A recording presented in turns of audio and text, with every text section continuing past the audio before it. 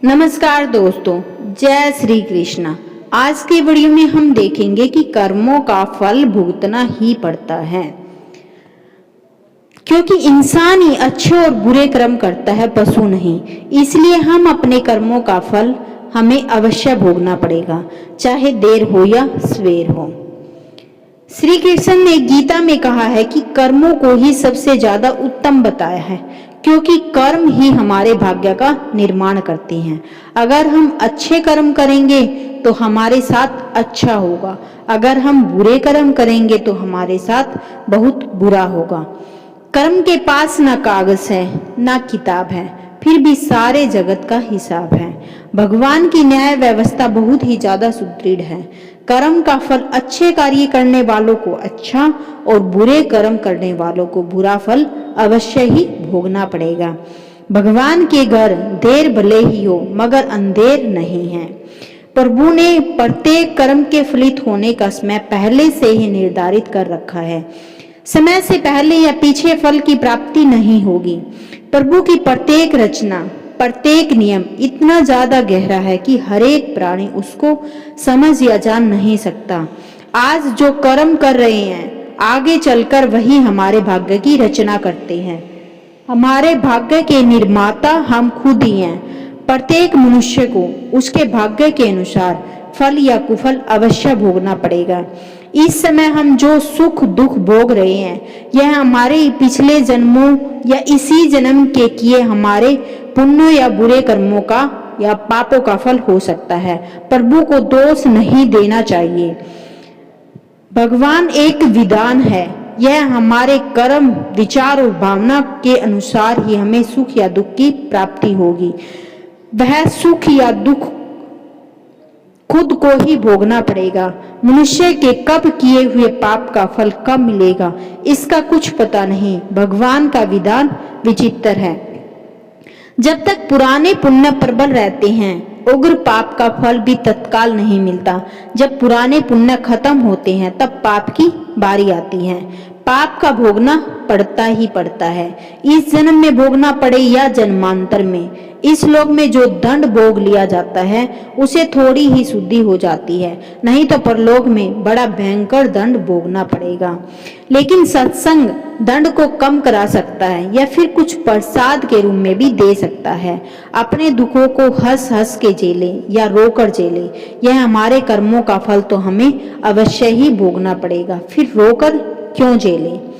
रोने से कष्ट दोगुना हो जाता है, हंसते हंसते रहने से आधा हो जाता है। जिस दिन पाप कर्म हो जाए, अगले दिन उपवास रखो। यह उत्तम एक कर्म भूमि है। कर्म तो करना पड़ेगा, कर्म नहीं करोगे तो पाप चढ़ेगा। जैसे कार्य कर्म होगा, वैसा ही फल आपको भोगना पड़ेगा। फिर दुष्कर्म क्यों करें? भीष्म पितामह को भी अपने कर्मों का फल भोगना पड़ा था। भीष्म पितामह सुख दुख से, जय पराजय से परे हैं। वो जानते हैं कि जो होने वाला था यही हुआ। भीष्म ने श्री कृष्ण से कहा, भगवान, मैंने ऐसा कौन सा पाप किया जो मुझे बाणों की सैया पर सोना पड़ा? मैंने तो कोई कुकर्म नहीं किया।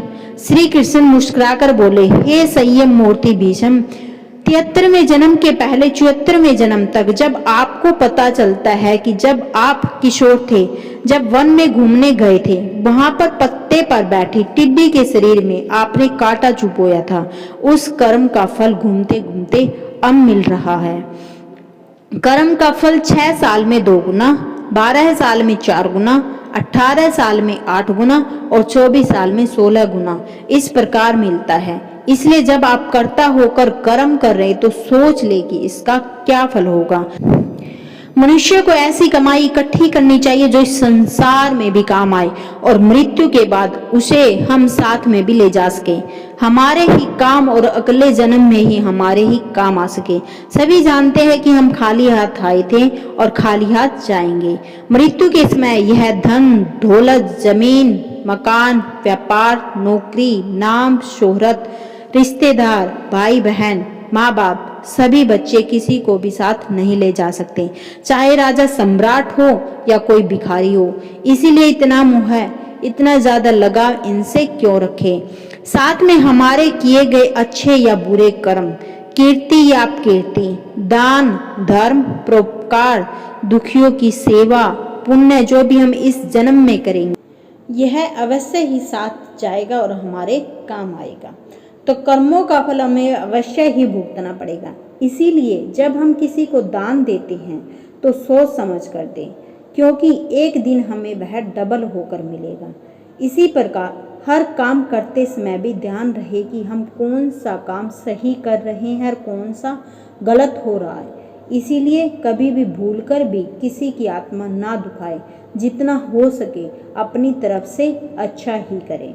दोस्तों, वीडियो कैसी लगी कमेंट बॉक्स में ज़रूर बताइएगा। वीडियो पसंद आने पर लाइक, शेयर, सब्सक्राइब करना मत भूलना।